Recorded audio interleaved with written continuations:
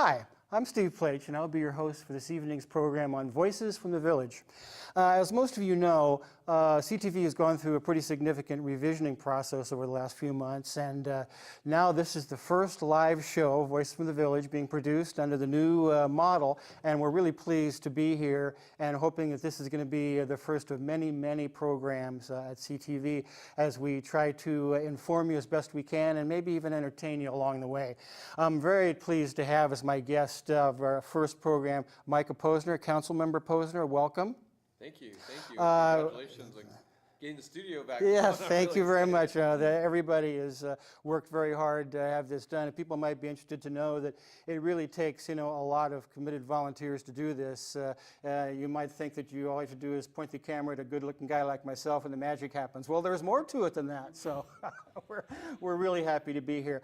Micah, you are the co-author of a city ordinance before the council now on campaign finance reform. I know that you and I have both had an interest in this over time, and I'm delighted to see that now it's becoming substantive and really gathering some energy and momentum. I know you had a forum earlier this evening at the Police Community Room.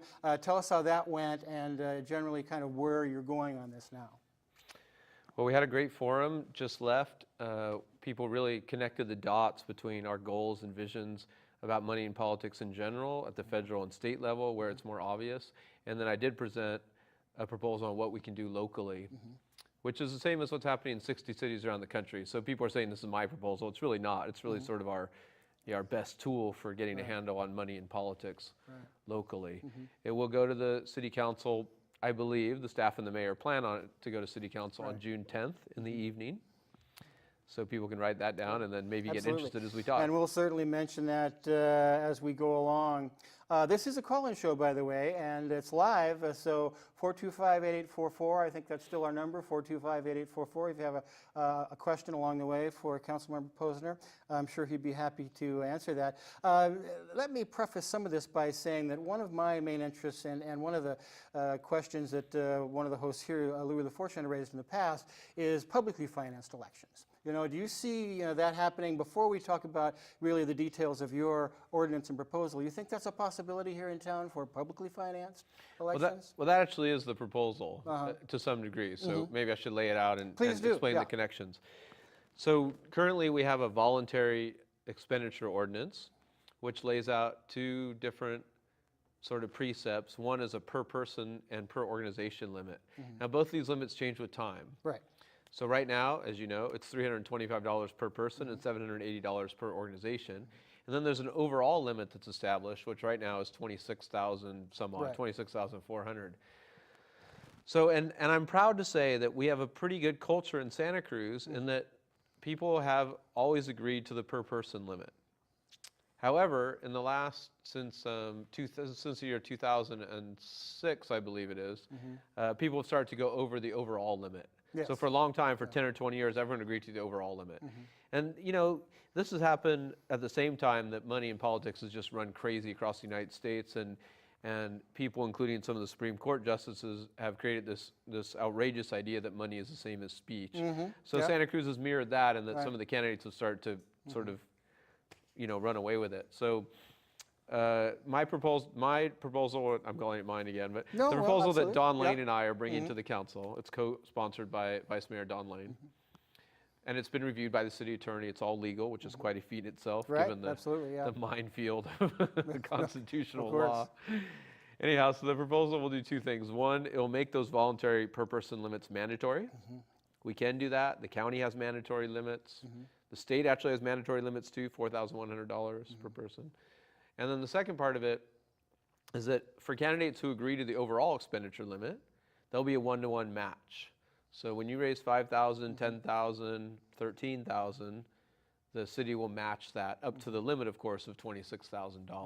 So that'll do two things. It'll create a strong incentive for people to agree to the limit, and it'll be 50% public financing. So it will allow candidates to focus more on talking to voters, thinking about policy, unless And, I'm and I raising think money. that's true, and it resonates particularly with somebody like me who's run for city council in 2010 and 2012. And again, this year, is that when I first ran in 2010, as you know, as the Hillary Bryant ran, she raised $43,000. And so there was such an explosion of the total amount of money that people were raising, and nobody seemed willing really to voluntarily limit themselves to the spending limitation. When you ran last year and were so vocal, 2 years ago, excuse me, and were so vocal about, let's really do something substantive about, campaign limitation, voluntary campaign caps on these limitations. I think there was some, understanding that maybe it's a direction we should go in, and yet maybe we didn't get as much cooperation as we could have. I think this is the kind of next substantive step we have to take to people understand, why you're doing it, why it's a good thing, and particularly, and I'll speak about this later, this matching aspect of it is really a game changer for candidates who are historically underfunded and yet still have some individual support in the community. Yeah, I mean, when I ran, it became important to me, like as I learned about campaigning and electoral politics, it became clear to me that obeying a limit was something that I could do to walk my talk. It's like if you're a bicycle advocate, which I was for 20 years, you ride your bike everywhere, right? If you're a politician that wants to show people that you care about having a just system, then in my opinion, you agree to limits. That's just something that we should do when we have integrity. I mean, if you're running for president, maybe it's a pretty high limit, but if you're running for city council, 26,000 is plenty. I was at a bit of a disadvantage to make that a campaign issue because, I was saying that everyone should agree to limits, which helped me directly. So that's why we're doing this campaign now. We don't know who's going to run for city council. I guess you're running, but we don't know what the whole field is yet. There's only a few people that have signed up. And we don't know who's going to agree to the limit or not. So our goal, I think, as a community should be to communicate very strongly before August 1st, which is more or less the filing deadline, that this is something we care about, and to say it in a way that leaves other politics out of it. It doesn't matter whether you're, pro-development or anti-development, whether you're, pro-civil rights or whatever you call the other side of it. We just want to send that message that you should accept the limit. And so that's, in some ways, that's the more important campaign. I mean, I am excited that it's going to council on June 10th, and it's a rallying point, and I'm hopeful the council will pass it. But if the council doesn't pass it, that's okay, because this is a grassroots effort. It's a social effort, and we have every chance of convincing all the candidates to agree to these limits. And if they do, then we'll pass it next year. And I think it's interesting that one of the things that I admired about your campaign 2 years ago is how efficient it was. How much, value, how much voter recognition, how much resonance you got from the community on the dollars you were spending. So you weren't just throwing money at a campaign just on a visibility point of view and saying, well, if I get my name out there long enough and hard enough and often enough, people are going to be able to vote for me because they at least know who I am. But it is interesting that 2 years ago, where you raised less money than Pam Comstock, and almost half. Yet you outpolled her, and Don raised less money than Cynthia Matthews, and yet he outpolled her. So there is an equation in there that militates in my mind for efficiency in campaigning. And maybe that some of that efficiency can be, the candidates can be aware of that through some ordinance like this, where at least they're thinking about limitations of some kind. Right. Part of the reason to do this is just not to waste money. I mean, we all know, those of us who knock on doors. You go knock on doors, and there's like 6 soggy, full color campaign flyers sitting on someone's doorsteps. It's just unnecessary. I mean, it does help you a little bit to spend more money. But it's just ultimately a waste of money. I mean, by agreeing to the limit, I had the time to do 22 neighborhood meetings in people's homes. Now, in the abstract, would it have been better to raise more money? I don't know, but it was certainly a more pleasant, more meaningful way to campaign. And by passing these limits, we present everyone sort of the opportunity to do that. I mean, and I'm hopeful that some of the candidates who didn't agree to the limit in the past will agree to it at the city council, because to be fair to them, you never know who's going to do it or whether it's a disadvantage. Everyone wants to win. I really want to win. I raised within a few $100 of the absolute limit. I mean, I definitely raised money. I realize that, yeah. But I felt like there were some other things that were more important than winning. But if we just change the rules, I think it's going to be a big relief to all the candidates. To just have a fair.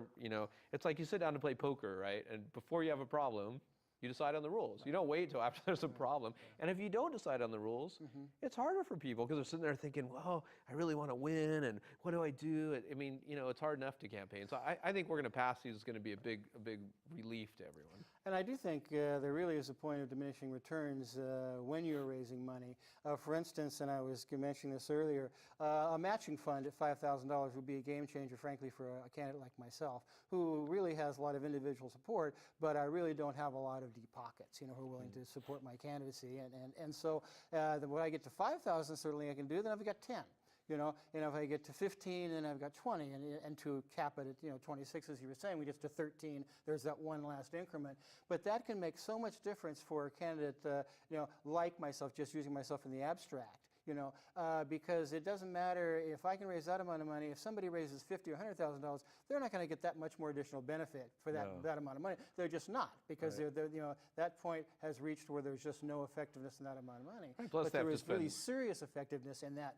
The range between 10 and 20, say. Right. If I could just repeat what you said, so for the people that aren't as familiar with campaigns, and my proposal. I don't think I mentioned this before, but the proposal is that you get a one-to-one match, but only after you achieve $5,000, and it's in increments of 5,000 until it gets to 26,000. And I did it that way because even though it might be fun for me as someone who loves politics to have 20 or 30 candidates running, I do want to be careful. Like you can do campaign finance reform that doesn't work.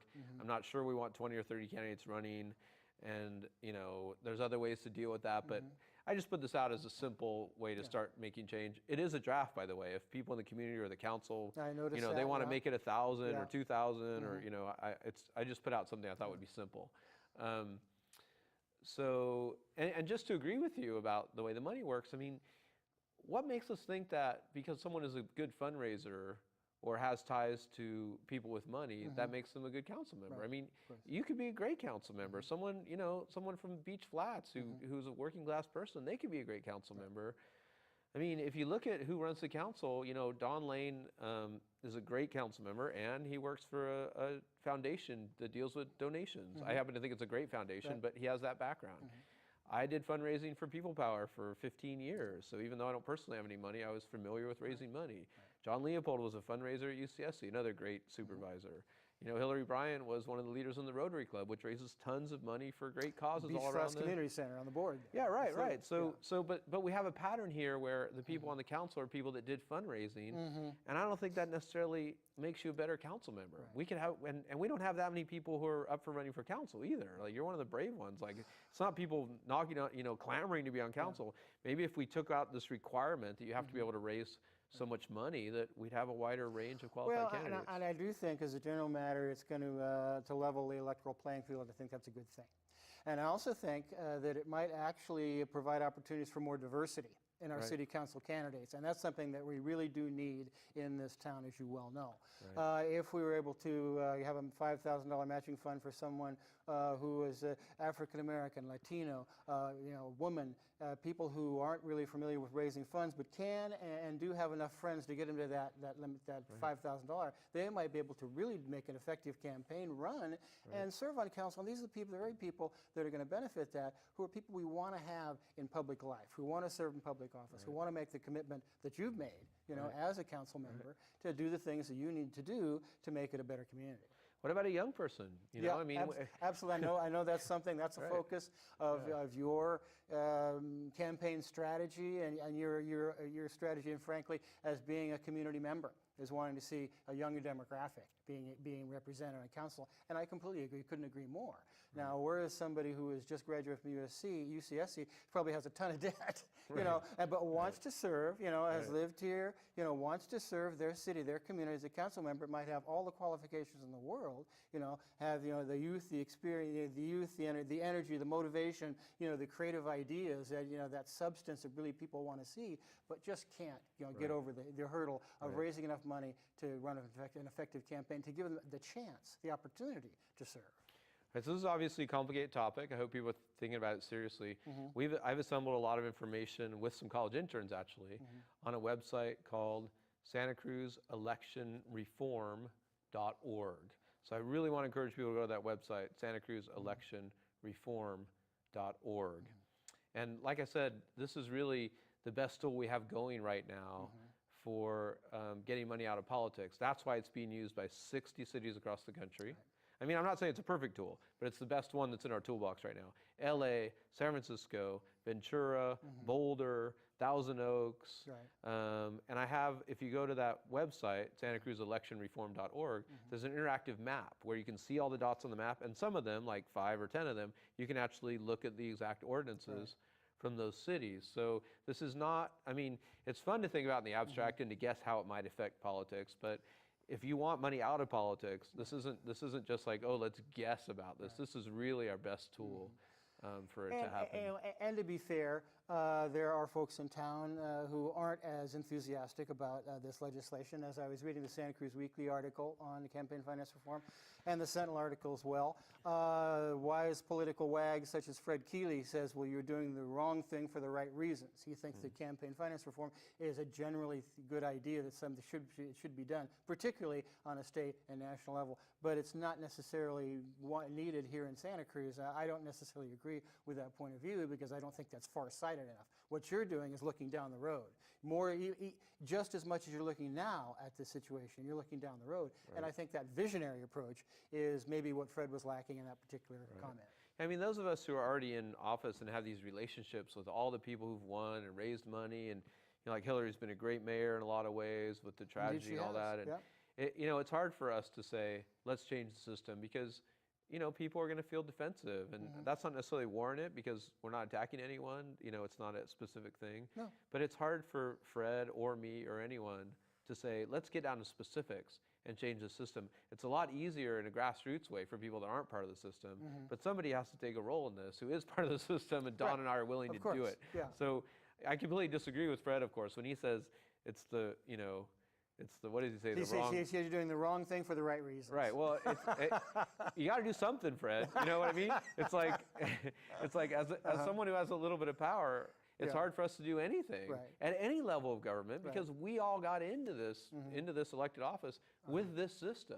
So it's really easy for us as elected officials to start nitpicking and, oh my gosh, that wouldn't have worked for me, or that's not going to help my friend, or I don't want them to feel bad. Or in the meantime, the country's going down the money tubes down the drain, so even though it's hard because some people are going to feel bad and it's not going to be perfect. If we pass it, it won't be a perfect reform.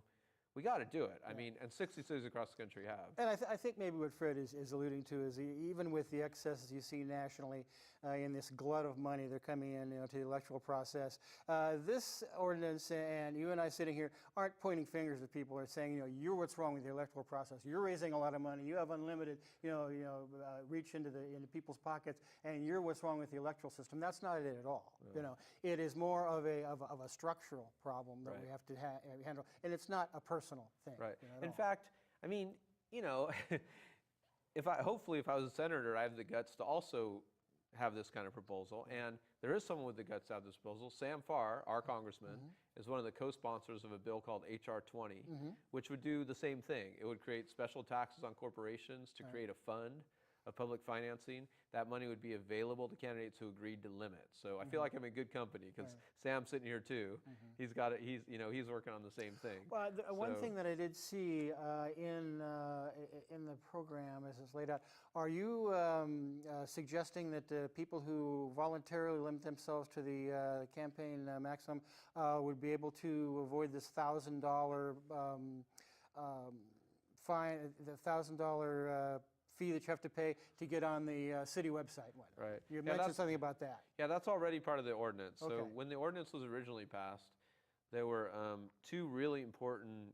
So in case people don't know, I know you know. Please, yeah. Yeah, we can't make sticks. We can say that you can only accept contributions of a certain amount per person. Right. But we can't control the overall amount because of the Supreme Court decision. That's right. Right. So when the voluntary expenditure ordinance was first put into place, there were sort of two carrots, two rewards for doing it. One was that to be on the city's website, you didn't have to pay a $1,000 fee. Right. And then, or it's $1,400 or something like that. It's a fair piece of change. Yeah. Right. And then the second thing was that the city did a free mailer, of all the candidates who agreed to the limit. Now, it was around 2000 when candidates started not agreeing to the limit and going over them, way over it, 45,000. That city council then repealed the free letter and said that it was a budgetary issue. Yeah, right. So, and when we talk about budget, let's be clear. This entire proposal would cost, at the most, $50,000 a year. I noticed that aspect of it. I was Right. curious. Yeah. Which is 0.026% of the city's budget. Right. So, is that an expense? Sure, but to me, our city exists Right. to be a democracy. One of the key tools we have to create democracy is elections. If we can have a better election, Right. then to me, of course, it's worth $50,000. Then you're improving on the great model of democracy. I know that I mentioned Louis LaFortune earlier, and Louis apparently had gone to Tucson, Arizona, where they have some form of publicly financed elections. He called it transformative. He said that it's so leveled the electoral playing field, it's created so much inclusiveness and diversity that he couldn't see where any municipality wouldn't want to have that plan, or at least look at that and see if it was a model that would be right for them. Yeah, the entire state of Arizona has it, actually. It's the entire state has this model. And it's great. It's the state of Senator John McCain, who's a super interesting figure. Right. He's someone who speaks his mind. He's Yeah. someone who's been across the aisle and all that. So this model does widen the field of who could be in council. It's not necessarily good for some of my progressive things. Like, I'm not sure, I'm a big environmentalist. I tend to favor environmental controls over economic growth or what have you. And I'm not sure this will help with that, but that's not really the point. The point is that it will create a better electoral process. Right. And that's really what we're aiming for. Just to get back to the conversation we're having about making people wrong, I just want to state again, I think I stated earlier, that not only am I not saying names because it's unnecessary, but Of course. but actually we haven't had real corruption in the city of Santa Cruz because everyone has agreed to this $325 limit. So we don't have a specific problem with any individuals right now, which is why it's a great time to make a rule. Because for the candidates that didn't agree to the ordinance, like last time there were two of them, they were both very polite, as far as taking only $325 from contributions. However, if the Koch brothers or someone would have sent them a $50,000 check for the Santa Cruz election, they would have decided to cash it or not. They weren't agreeing to any ordinance, so I really appreciate them that they effectively decided not to cash it. Yeah. But that little thin line of someone's personal honor is the only thing that's stopping us from a corrupt election. Right. So, and given the way the whole country's going, I feel strongly that we need some ground rules. Yeah. I really appreciate those people, but I don't want to be dependent on every candidate's goodwill. And I know it was interesting to me to observe that one of the folks that's working closely with you on this is Bruce Van Allen. Right. And Bruce, mayor in 82 and 83 here in Santa Cruz. What was his observations about campaign finance back in the day? Has he related any of that to you to kind of to inform you about what he sees as part of the process of the problems? Right, but not only was Bruce the mayor, of course, but he's a really hot campaign manager. He's Bill Monning's campaign manager. He's on his staff. Right. Yeah. So he and some students did some real research about this issue, and not surprisingly, they saw that the cost of getting a vote in the city of Santa Cruz has continued to go up since '83, almost in a straight line. The best data they had was from 2000, 2012, and not surprisingly, it's gone up. It was I think highest in 2010, and I'd like to take some credit in 2012, Dawn and I, because we agreed to the limit. It didn't go up as much, but it still went up a little bit. Like I said, I still raised $26,000. It was still a piece of change.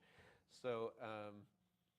So yeah, I mean, Santa Cruz is part of the country, and in this case, we're a better part of the country because we haven't seen abject corruption, but we're still part of the country. We're still part of the same problems, and we could be part of solving these problems. We could be a leader like, I'd like Santa Cruz to be at least as good as Thousand Oaks. Of course. I have a vision, like, let's be as good as Thousand Oaks, guys, let's do something right. And I like the electoral math. I know, and I was saying that I have difficulty raising money, and yet each vote that I received 2 years ago cost me about $1.50. So if I thought that I could raise $10,000, and with the matching fund, or get to the $13,000, the $15,000 limitation, I think somebody like myself perhaps might be more competitive. Now, I'm not casting myself as being any more diverse or inclusive. I do think we need younger people. I do think we need more African Americans. I do think we need more Latinos.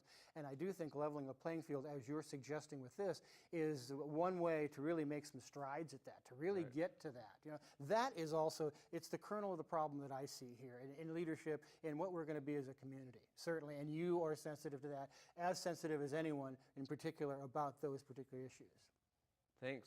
It's really an honor to work at it. I mean, I was re-inspired when I read about Leland Yee. Hopefully everyone's heard about that. Yeah, I'm sure they have. And people were so upset about his corruption, right? Because he took money for things that weren't. It's a betrayal of public trust. Exactly, right. Right. But as someone who's part of the system, I asked the question, well, why did he do that? Let's keep in mind that this guy offered to smuggle guns and do other favors, not to get money for his personal pocket, but to raise money for his campaign fund. You know, I mean, this guy was under pressure to raise $3 to $5 million, $3 to $5 million to become California Secretary of State, which is an office, ironically, just to say it out loud, that oversees our election process, right? That's right. $3 to $5 million Chief election officer, to oversee the election process, right? Uh-huh. So he felt like, whether he was correct or not, that he had to go through these unscrupulous lengths. Right. Well, he wasn't correct, to raise money for his campaign fund. So that, for me, that creates two questions. One, why are we putting people in this position? Right. Right? And two, how many other people are doing this? You know, I mean, this isn't like he was, you know, I mean, he was trying to raise this money to become Secretary of State, $3 to $5 million, you know, so I'm really surprised that we haven't seen more people break, or maybe more people are breaking and we don't know about it. I think there's tremendous pressure. I had heard at one time that when a member of the House of Representatives, Sam Farr, for instance, is elected, he has to raise $10,000 a week every time from that time he swears into that term to the next election. You know, and that kind of pressure. You know, is very difficult for people, you know, to bear, you know, when they're having problems, you know, raising the kind of money they need to do the kind of work that they want to do, to do the good work. Well, you know, they make that Machiavellian, you know, bargain. They say, I'm going to do really good work, you know, so I'm going to, you know, shave off a little over here because, you know, I want to keep myself in a position where I can continue to do that work. Right, so even people with the best intentions, why put them in that position? Why force them to make those continuous ethical questions where, they're asking these people for tons of money, but they're trying not to be affected by them? Like, why put them in that position? Why put them in the position of spending all that time to raise all that money and then think they can still do a good job as leaders and politicians? It doesn't make any sense, you know? And I think on a state level and certainly on a national level, that makes you more subject to the pressures from special interests. And I know, you know, we've been through campaigns and we have during the campaign cycle anywhere from 14 to 15 or 16 campaign fora, all hosted by the various special interests in Santa Cruz. Now, those kinds of special interests really aren't putting any particularly pressure on people, I don't believe. But nevertheless, you know, it's that kind of pressure from special interests that sometimes pushes people into making bad decisions about, you know, having their hand out and what they're going to accept. You know. I don't know, but I certainly think it's possible, and I'd rather preclude it. So let me talk about how we're going to get here, because we're all, hopefully, I know you and I are excited. Hopefully everyone's watching. Excited, well, I'm sure they are. Right? So part of that is this website, santacruzelectionreform.org. But as you pointed out, Steve, you know, the regular players in this, you know, with me and Don being somewhat of an exception, but, you know, Fred, all the regular players, all good people, we're not going to lead this because we're part of the problem, because we're part of the system, right? So the way to make this happen, yes, we can try to go to city council. I'm hopeful about it because they're all good people and hopefully they'll make the right decision. But here's how we can definitely get it done. If 1,000 voters, it takes 14,000 voters to win an election in Santa Cruz, more or less. Give or take. If 1,000 or more voters take a pledge now, before August 1st, before all the candidates have signed up, before they've decided whether to take the voluntary expenditure limit or not, 1,000 voters say, we're not supporting a candidate that's going to go over the limit, right? That's a grassroots community response. That's our society getting together and saying, look, you guys are doing your thing, but we have a value here. We don't think money is free speech, and we expect politicians to have rules to the game. You guys are busy trying to win, but we're the community of Santa Cruz, and we're telling you, you need to obey this limit, right? So we started that last week. And we got 80 pledges. We got some great ones. We got Peter Beckman, who's someone I really admire, one of the leading business leaders. No Beckman question. Bakery, Peter's a good guy. right? We got Tony, the external chair from the Student Union Assembly, whose name I forgot. Sorry, Tony. Okay. His last name I forgot. Remember his first name. All right. We got the Campus Dems. So the organization that most represents students, the Campus Democrats, they've taken the pledge. The People's Democratic Club has taken the pledge. There's a young activist there's a young person named Robert Singleton from Civinomics. Robert, yes, indeed. Civinomics doesn't take issues about development or anti-development or whatever, but Civinomics cares about civic discourse. And even though Civinomics as a company hasn't taken a pledge, because they shouldn't, because they're trying to keep neutral, Robert Singleton, one of the founders, took the pledge. Rick Longinati took the pledge. So we only have 70 pledges so far because we've only been trying for a week, but people are stepping up. Is part of this advocacy for the signing of the pledge, do you get any traction on that in your forum this evening? Are you trying to get people to point them toward that? We got a lot of pledges this evening, and we have people volunteering. We're going to be calling people at home and asking them to take the pledge. Like this is a serious grassroots effort to establish rules to this game. So if all the insider politicians don't like it, so what? If we're going to establish the rules, we're going to say, look, we're not voting for you unless you agree to this limit. You have plans to have more fora workshops. You can go door to door, do some kind of outreach behind this. Yeah, if you go to santacruzelections.org and sign up to be a volunteer, and my intern Justin Burke is a great go-getter. Justin's picture in the Santa Cruz Weekly there, absolutely. Right? He'll find something for you to do, whether it's calling people or going door to door, going to city council meeting, whatever. This is a grassroots effort. As we go through. I'm sorry. Let me just say one other thing, because I'm getting all excited about this kind of thing, right? And I am as well. Yeah. Right. So if hypothetically, there's a candidate out there that doesn't agree to the limit, we're going to make an issue about it. I'm not known for my sort of nice, suave sort of nature. You're not a shrinking violet. I'm not a shrinking violet, right? And when I was running, it was harder because I'd still made somewhat an issue out of it, but I didn't want it all to be about me because it's really not. It's about having a belief. So I'm going to be one of those people that really makes this issue. So I'm warning anyone right now who's running for city council. If you don't agree to this limit, it's nothing personal, but we're going to make it clear that you haven't agreed to a level playing field, that you're not doing what we want as far as having an election that's a process that's fair. Because, when someone gets a little bit of power, like on city council, they need to be scrupulous about the process. That's all we really have together is a fair process. And the people in Santa Cruz have a history of doing this. We have great mayors, we have great politicians, people really care about process. But this is this decade's problem, money in politics. So if you're thinking about running for office, I'm not supporting you unless you obey the limit. I'm communicating that to everyone else I know. So you're addressing this to the folks here in Santa Cruz that can get involved with this. I know as an elected official yourself now, you spend some considerable time discussing the issues of the day with other elected officials. What's been their reaction generally to this? From your fellow city council members, you mentioned Sam Farr, Bill Monning, Mark Stone. Of course, we mentioned Fred's observations about that. Well, it's hard. Like all the other people who are on the inside who've won, they're like, well, who is this going to offend? Which is understandable, and I'm scared because I'm probably offending people I need to work with every day, by raising this issue. But Don Lane, who's someone I really respect a lot, who's he doesn't have exactly the same stance as me, but he's a very even, careful person. So he agreed to put it on the ballot, and I really appreciate that because it makes me feel like, there's someone else on the inside who's going to stand with me. And I can only talk to one other council member, so that's why it's asked to come from the people. There's the Brown Act says I can only talk to up to 2 more council members. Exactly. But again, it doesn't have to come from the council. Like, we should give the council every chance to step up and make some changes, but either way, the people can demand this by taking a pledge and forcing the candidates to agree to it. And then, if all the candidates agree to the limit and the whole city council is made of people who agree to the limit, then it won't be hard to institutionalize it. Because then it really won't be, it won't be about winning or losing, it'll just be about having good policy. And I think it's important, to really bring awareness to this and have people focus on this, and particularly people who are thinking perhaps interested in running for any kind of elective office, because there will come a time when their fundraising abilities are magnitude, the magnitude of which, puts them at this upper limit, that they have to make a conscious choice.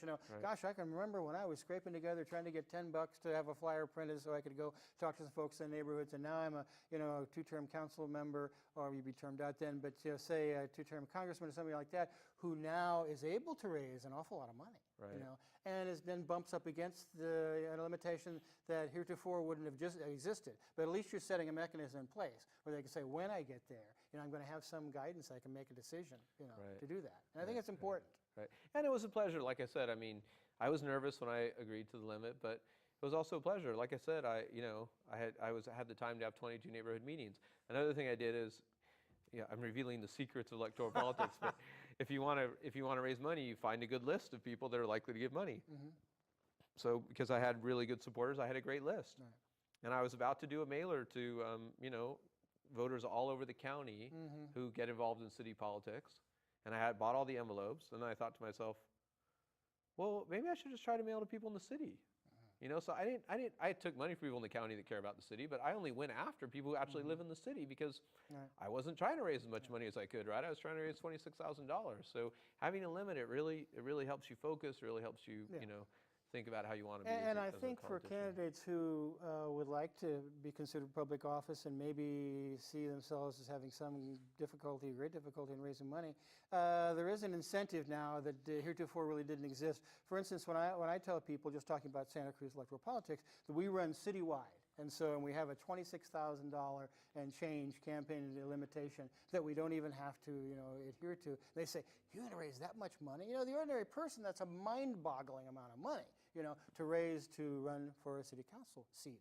But, and particularly when you're a neophyte and you're coming in and say, I can't raise $26,000, but now if you can raise 5, then you get to 10, and then there's a realistic possibility people start believing in you. They believe that you're, the more successful you become, the more people believe in your ability to be elected, the more they're likely to give you money. And it kind of, it's a kind of an organic process that goes through. And this is going to encourage people to be more engaged in that electoral process as an organic process, and be able to say, you know what, I think I can get 5,000. I know enough people, and then I'll have 10, and then I'm going to really get out there, and I'm going to raise that other 5, and all of a sudden there they are with a full-fledged campaign that, depending on the merits of what they have to say, how it resonates with the community, they can take their seat next to you on the city council or any other elected body and serve their community the way they would like to, and not have the not be without the disability of saying, God, I'd really like to do that, but I just can't raise the money to do it. This is a funny accident that we have 2 people who ran for city council. You weren't that good at fundraising, no offense. You knew that. Admittedly. Right. I could have raised $40,000 or $50,000 if that would have been my goal. And for both of us, it would be an advantage to have a limit. It was an advantage for me, and I think for anyone who so yes, it would help people that aren't so good at fundraising. It also help people that are good at fundraising because it would allow you to agree to a framework and focus on what all people want to do as campaigners is just talk to people and talk about ideas, right? So I think it's going to be luxurious for people, even if they could have raised the money. And really, the thing that I like about this the most, that it is kind of a visionary plan. We're not looking at a corrupted electoral process here in Santa Cruz saying, oh, we have to fix this. This is really, the playing field is so, inequitous here that we can't really get good people serving on city council because it's all a matter of how much money they can raise. That's not really so much the case now. But when we have this, this plan in place in the future, then I think that's where you're really looking at being able to make it possible for people to, in good faith, want to volunteer themselves to serve their community. And part of it is a message. I mean, a lot of these 60 cities have popped recently. San Francisco's ordinance, I think, is 3 or 4 years old. As it becomes more obvious that money is really subverting our democracy. In fact, Justice Stevens recently wrote a book in which he says that money in politics is one of the biggest problems we're facing as a country. So as we have this collective realization as a country, then we act locally, right? So there's actually 3 or 4 states that are considering doing this. I think Arizona and Maine are doing it already. There's 3 or 4 states that are considering doing it. If we have 70 cities, 80 cities, if we have 500 cities or 1,000 cities, we're going to be that much closer to a constitutional convention to change the Constitution to really get this huge amount of corrupting money out of politics. So, part of the reason is I think it'll, as we've talked about, probably ad nauseum. I think it'll have. But our listeners are loving it. So I'm sure they think about campaigns every day. But so I think they're thinking about it now. Okay, I hope so. Either that or they turn the channel.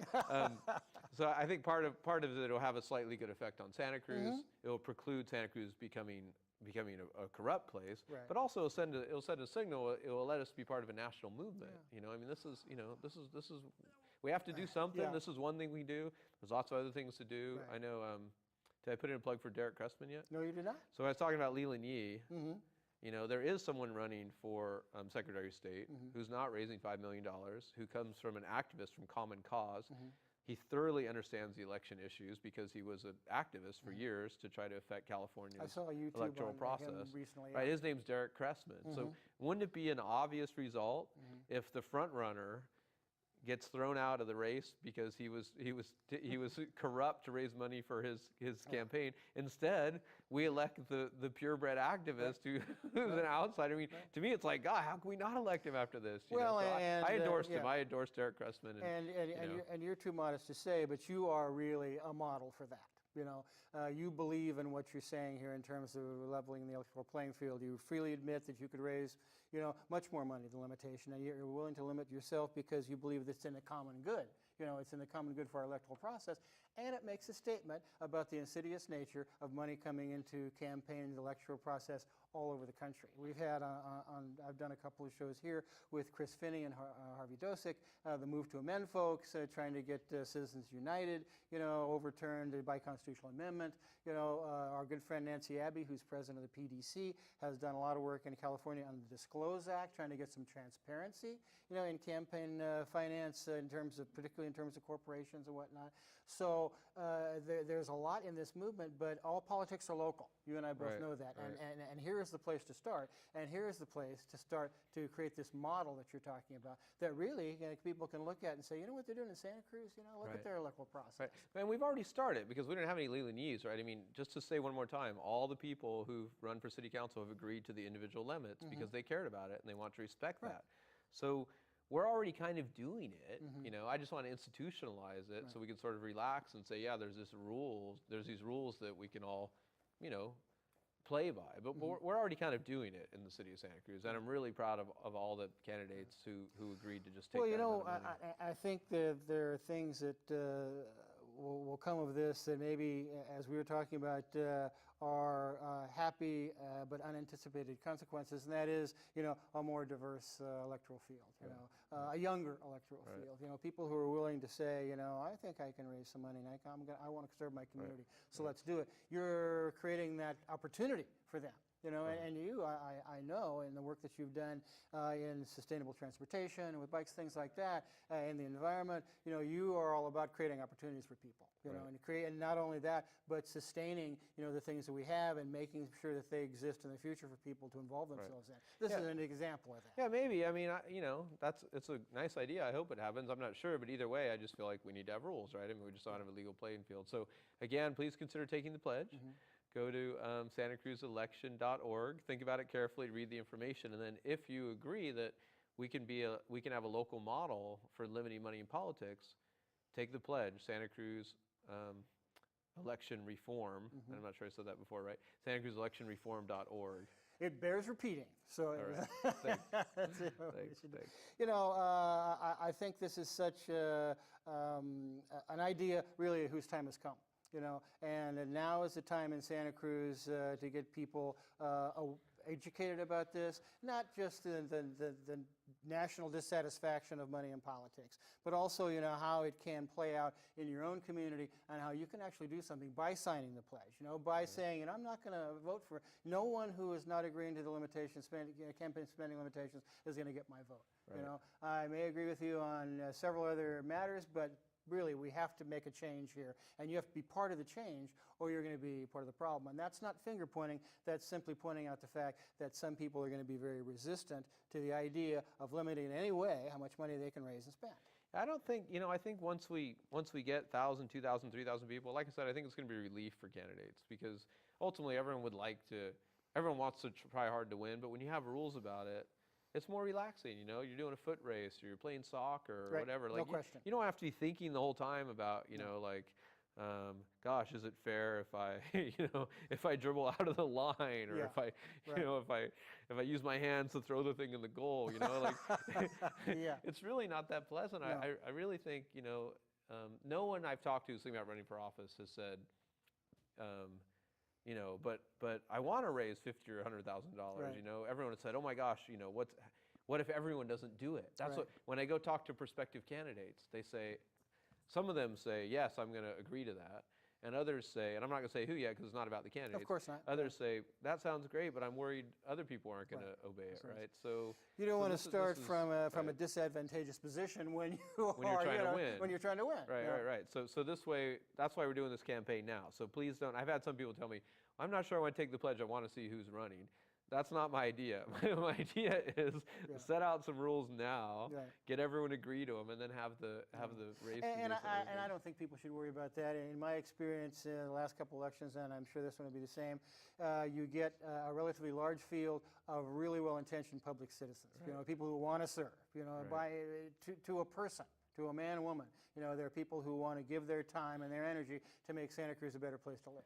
Right. So, you know, if we can level that playing field to make it possible so more people are willing to, you know, really take that on themselves, say, you know what, I think I want to be a part of that process as well because I believe in the process. Right, and again, in case people don't get this, there's 60 cities across the country. So this is not a radical Santa Cruz idea. This is Santa Cruz is going to be as cool as Boulder, as cool as Thousand Oaks, as cool as LA, as cool as it's like 12 cities in North Carolina or South Carolina. You know, this is not. You know, we're just stepping up a little bit. We're not leading the charge. Well, Micah, thank you for all of your work. I'll be certain to sign that pledge myself and urge as many people as I can to do that. Thanks. As we go out, we're going to show a short video to get people a little bit more information about campaign finance reform generally. So we kind of make it a full evening forum, and then we're going to welcome Nick Brandt, who's the Director of Technology here, talk a little bit about CTV. But thank you, my friend, for being here. Thank you for all of your work, both on council and as a person who wants to make Santa Cruz the model in a lot of ways for other communities. So it's much appreciated by me. And thank you, and thank all there's volunteers in the room now, in case you didn't know. And I just, you know, I'm really, you know, speaking of public access to democracy, the fact that you guys have managed to keep community television alive through all these changes, it's really, thanks so much. really wonderful. And I guess we're going to hear about it from Nick. Right. Let's do that video, and we'll welcome Nick. All right, here's your brief explanation of campaign finance. Most campaign finance is monitored by the FEC, which was created after Nixon in order to keep certain basic ground rules operable. Those ground rules are adjusted and implemented by a bipartisan commission appointed by the president and approved by the Senate and by their support staff, who are typically lawyers and trained advocates.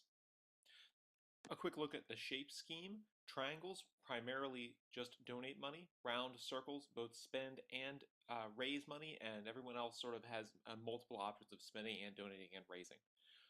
So campaigns get up to all kinds of electoral operations. They run ads, they turn out volunteers. They're really powerful, and they're open to a wide variety of donations, but they're all limited. Those donations are not limited in only one case, and that is the case of the candidate giving to their own campaign, established by the Supreme Court case Buckley versus Vallejo.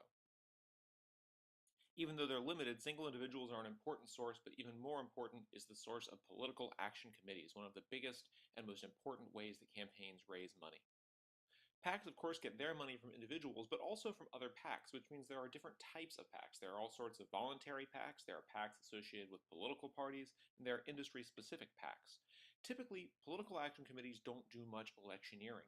Most of their purpose is to raise, transfer, and donate money. Other groups, which we'll talk about later, do most of the electioneering.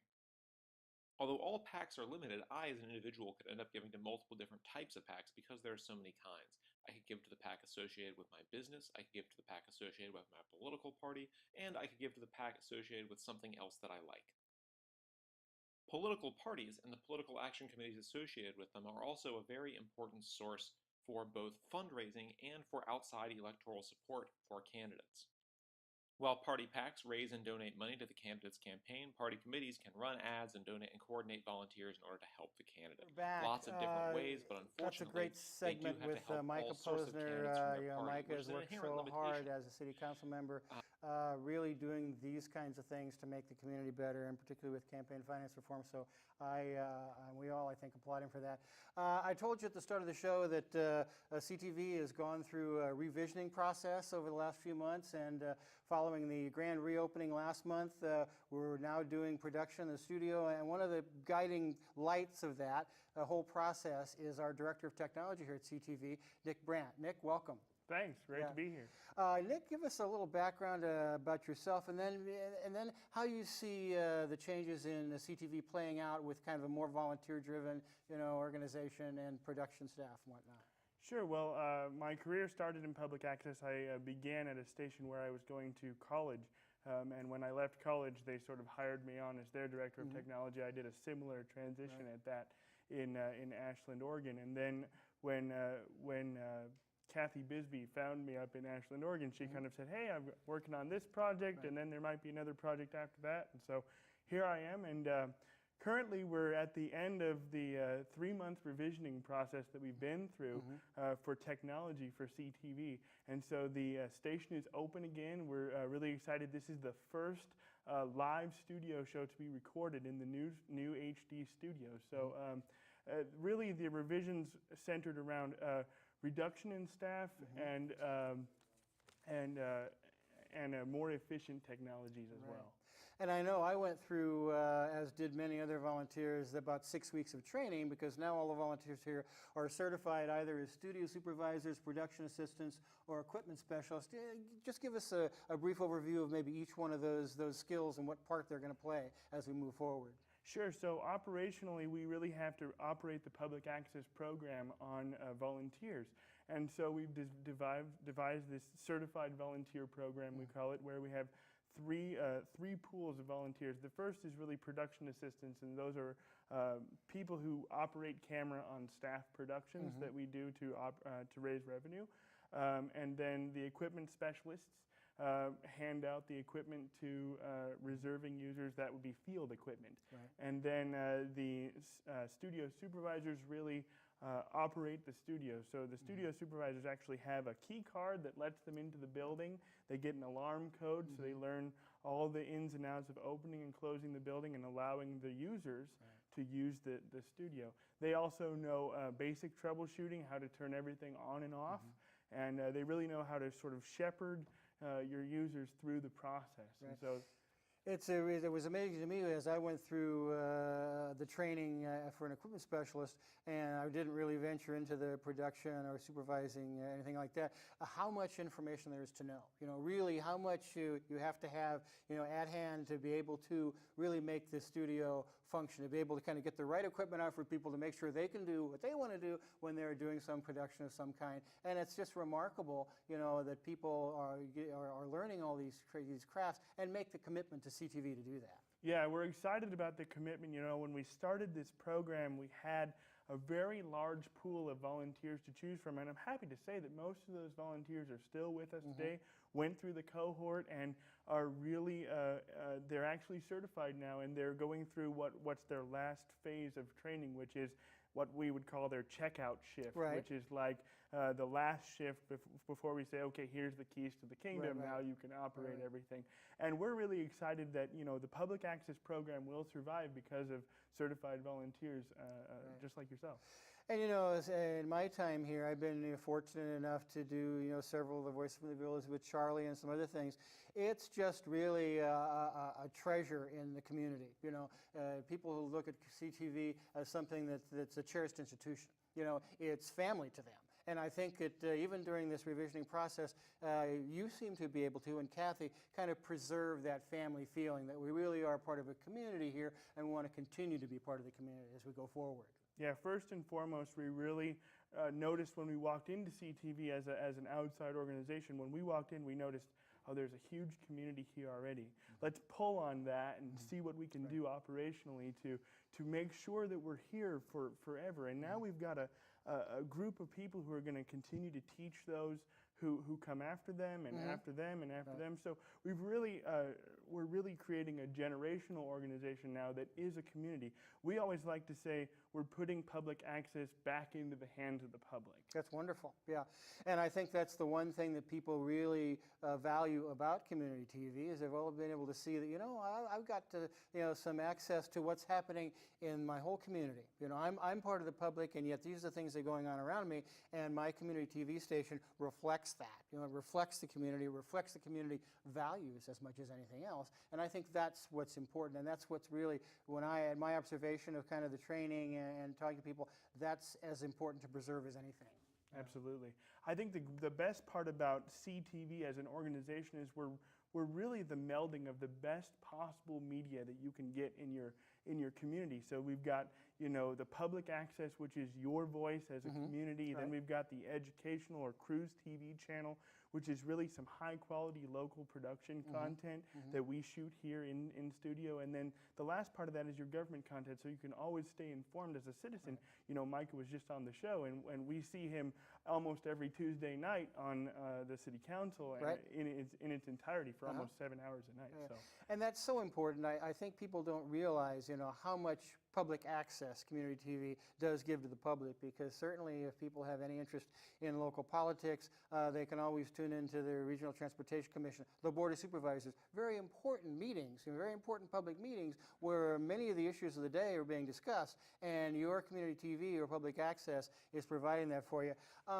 As we go forward, are there going to be more training? Are you going to try to develop the volunteer staff to get more folks involved? Yeah, so just a quick snapshot of what's coming up.